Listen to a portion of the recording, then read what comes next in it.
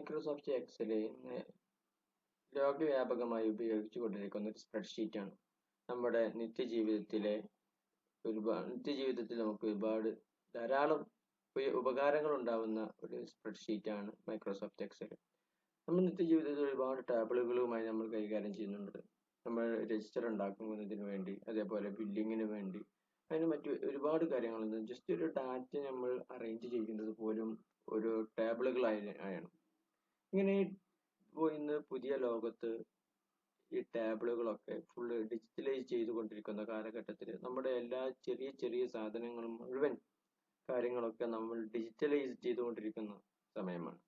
അപ്പോൾ നമ്മുടെ നിത്യജീവിതത്തിൽ ഒരു ഉപകാരപ്പെടുന്ന ഏറ്റവും നല്ലൊരു സോഫ്റ്റ്വെയർ ആണ് മൈക്രോസോഫ്റ്റ് എക്സൽ. ഈ ലോകവ്യാപകമായിട്ട് മൈക്രോസോഫ്റ്റ് എക്സൽ ഉപയോഗിക്കുന്നുണ്ട്.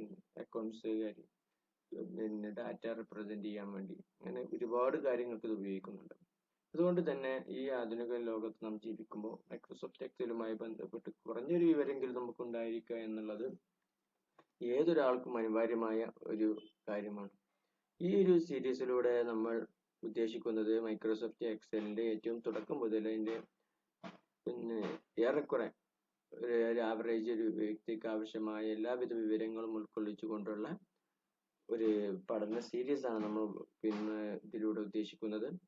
അപ്പോ